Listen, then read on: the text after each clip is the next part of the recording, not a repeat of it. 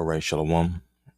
First and foremost, I want to give all praise, honor, and glory to Yahweh, Bahashem, Yahweh Shai, Bahashem Rakakwadash. Double honors to the apostles and elders of Great Millstone that taught me this truth. Much respect to the Akim of their labor and his work. And peace and salutation to the hopefully elect that are scattered abroad across the four corners of the earth. To USA, Shalom. So yeah, this lesson right here, we're going to be going into a video that GMS Babylon is Fallen posted entitled Bishop Nate, Job 10 and 14 is not the MOTB. That's pretty much this guy, Bishop Nathaniel, made a statement as he pulled out the word mark in Revelation. And he said, well, somebody give me Job 10 and 14, and said that was the MOTB, which is completely off, man. In which it shows the cunning craftiness of men and how they are pretty much lying in wait to deceive the masses of the simple. And you jakes out there that follow these camps because of their outward appearance, because of the marches, you're being led into destruction, man. Because ultimately, if you're not being led according to the Spirit, then there's no way that you can prepare yourself, all right, for the things that are coming down the pike. Now, we know through the Holy Spirit that Esau wants to obtain his birthright back. He wants total control. So what is going to allow this man to obtain total control outside of a physical device that's going to be implanted under your hand, all right, or in your forehead as a form of control to where you can be tracked and traced? Okay, what do you think the all-seeing eye is about on a dollar bill? Okay, he wants to know everything. He wants those God-like abilities. So what's going to allow this man to obtain them? Just using logical sense, all right, to get that ultimate form of control. So, I mean, it doesn't matter how many people that these Nathaniel got in his congregation. It doesn't matter. If they're not being led in truth, then they're being led in error. Okay. Real quick, let's get Proverbs 16 and 25. And it says this: there is a way that seemeth right unto a man, but the end thereof are the ways of death. So it may seem right in what this man is doing, but when he's teaching you that the MOTB is not a chip and that it's sin or embargo or some other kind of philosophy other than this physical device, then it's going to lead you unto death. Okay. But the end thereof are the ways of death. Why? Because you've been led in error. Okay. If you don't understand that the chip is the MOTB and what Esau is trying to do, then you can not prepare yourself for the snare that Esau is laying for you in the form of the man-made famine. All right, society collapsing is all centered around him trying to ensnare the inhabitants of the earth by getting them to take his left-hand form of salvation with this chip. So your leaders are supposed to see the wolf coming and warn you from these things. Okay. So Isaiah 9:16, for the leaders of this people cause them to err, and they that are led of them are destroyed. Okay. Ultimately, you're destroyed for a lack of knowledge, which is going to lead you into being destroyed as well, physically. Because if the blind lead the blind, see, if the blind leaders lead the blind, they both shall fall into a ditch. All right. Because you're being led astray off the path of life, the path of truth. So let's get this word error real quick. Strong's H8582. It says to err, wander, go astray, stagger. Okay. To wander about physically of intoxication. So you're still spiritually drunk if you don't believe that the MOTB is the R5DCHIP. If you don't believe that the name of the Lord, Yahweh and Yahweh Shai, is needed for salvation, you're still spiritually drunk. Doesn't matter if you have on flashy garments, if you know that you're an Israelite, you claim that you're keeping the laws, you're still drunk. You don't understand the will of the Most High. It says also of sin, ethically wandering of the mind. See, wandering of the mind. To be made to wander about, to be made to stagger, a drunkard, right? So what else do we have here? Okay, right here, to error, to cause to error, mislead, mentally and morally.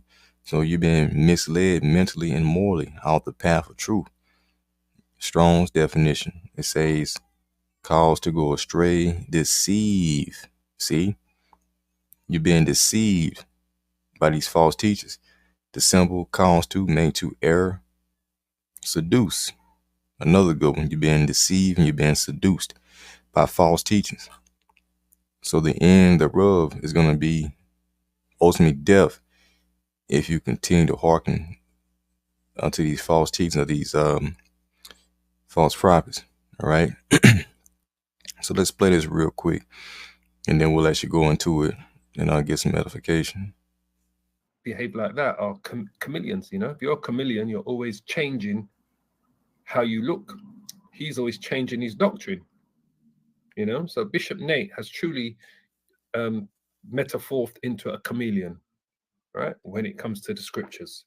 So without further ado, let me just quickly play this. All right, and then we're going to just bring out a couple of scriptures. It's not going to be long. It doesn't need to be long for you to truly understand. For those of you of the elect or the hopeful elect that truly understand what the mark of the beast is. All right, so let's play this. Army. That's what you read in 2nd Ezra 13. Go ahead. And the beast was taken. And the beast was taken. And 7 heads and 2 horns. 7 heads and 10 horns. I'm sorry. Go ahead. And with him, the false prophet. That's the church system. Go ahead. That wrought miracles before him. That's their technology. Go ahead. With which he deceives them that had received the mark of the beast. That's, hey, give me the mark of the beast. Is it John 10:14? Job 10:14. Job, get that for me. Thank y'all. Y'all don't get old. Help me. Come on. Job chapter 10 and verse 14. If I sin, then thou markest me. That's the mark right there. Now go back to Revelation. Revelation. Hear that?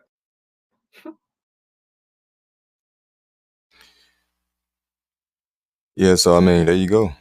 All right.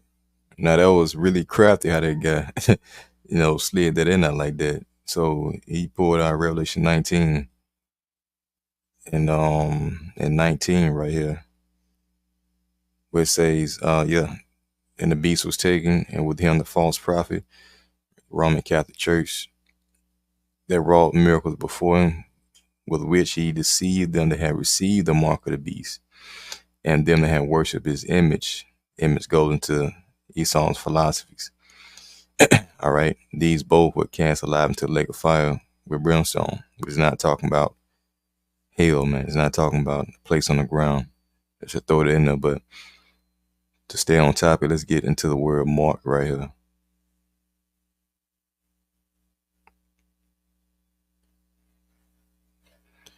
So right here, Strong G5480. Okay, going to the English word mark, and it takes you back to the Greek word charagma. Okay, which we go into it all the time. It says a stamp or an imprinted mark, right? Or the mark stamped up on the forehead or the right hand as a badge of those followers of the anti-Messiah. All right, the mark branded up on the horses. So when you mark or brand a horse, you're identifying it and you're claiming it as your property, right? See? So it's talking about something physical.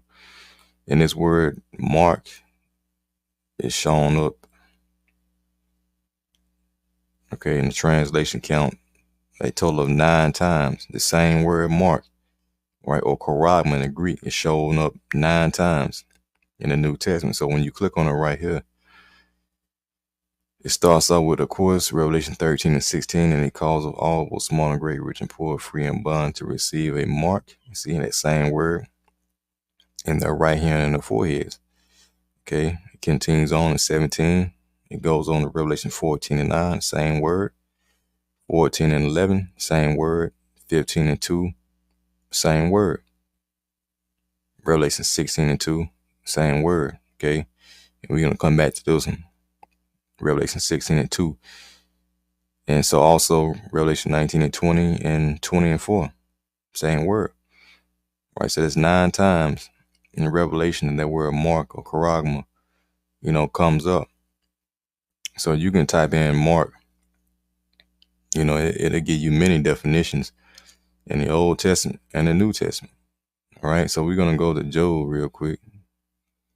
As he pointed out, Job 10 and 14, it says, if I sin, then thou markest me and thou wilt not acquit me from mine iniquity. So he's looking at the word mark and associating it with the word mark in Revelation. Then with charagma was a complete and totally different word. And that's why we say that the English language is deceptive. That's why you have to go into the root word to find out exactly what that word means in other languages before it was written or translated into English. And that's where a lot of you are erring at, because you won't go into words. So it says, then thou markest me. You get Strong's 8104, which is shamar in the Hebrew, shamar, which means to keep, guard, observe, give heed. So you're actually observing something, you're giving heed to something. You know, it says to watch for, to watch, observe, you're watching something. So when you, Job 10:14 again, if I sin, then thou markest me or watchest me, and thou wilt not acquit me from mine iniquity. So you've been spiritually marked and watched as the Lord is keeping his eye upon you, as he will not acquit you, from your iniquity. That's what that's going into. That's not talking about a physical mark, but rather a spiritual one in which the Lord is watching you. So that has nothing to do with Revelation. And then with the mark of charagma. All right, that's a totally different word right there. And also, as you always go into it in the book of Romans, that to show you that the word mark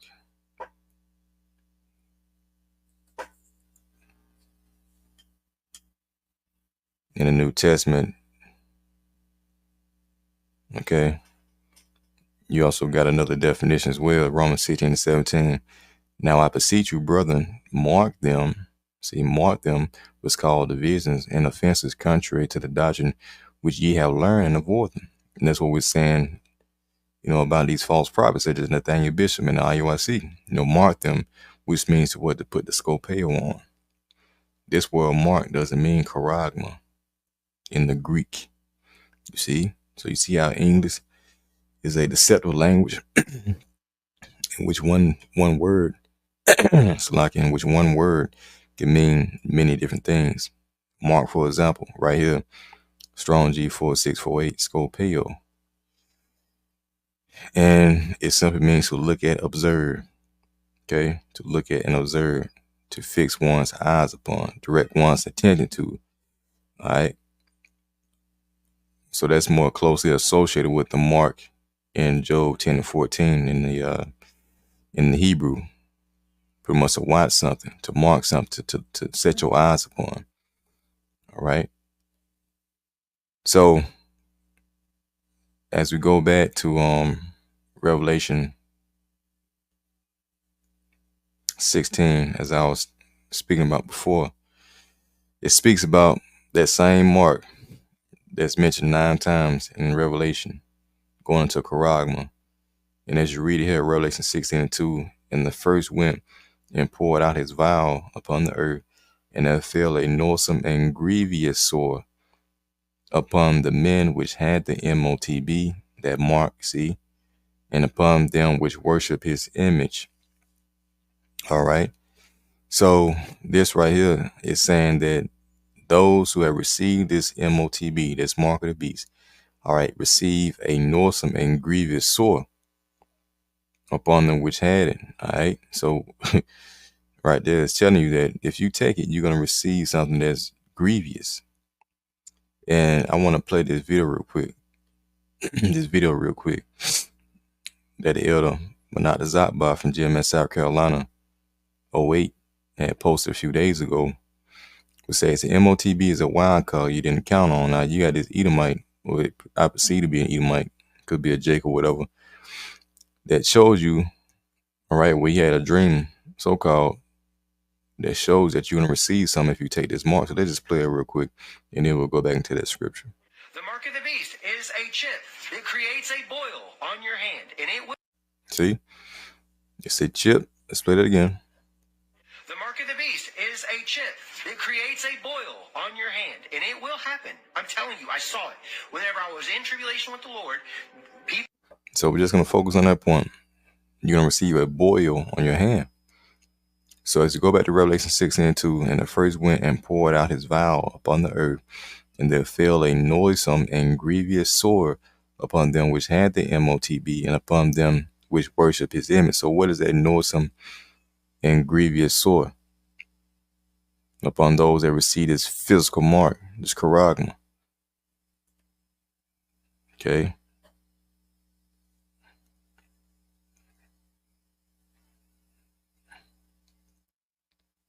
So I think that word would be grievous.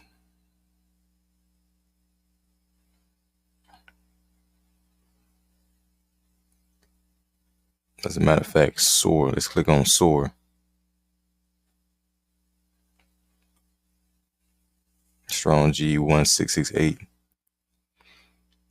So you get a wound, a grievous sore, a wound, especially a wound producing a discharge, pus, a sore, an ulcer. See that? So by taking this MOTB, you're going to receive a literal physical wound producing a discharge of pus. All right, something like an ulcer, man. Okay. So, I mean, there it is right there. This makes all the sense in the world. You're going to receive something like, let's see if we can find something real quick. Something like that up on your hand, man. Okay. As a matter of fact, let's see if we can type something in real quick.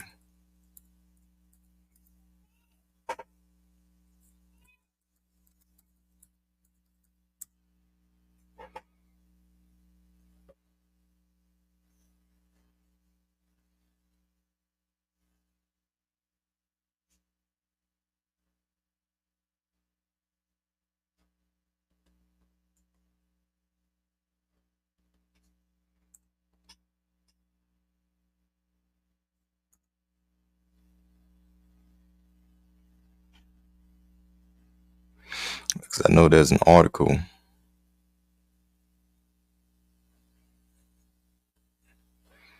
Yep.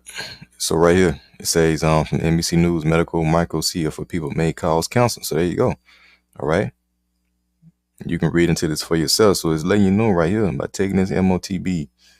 All right. Well, look at that. See?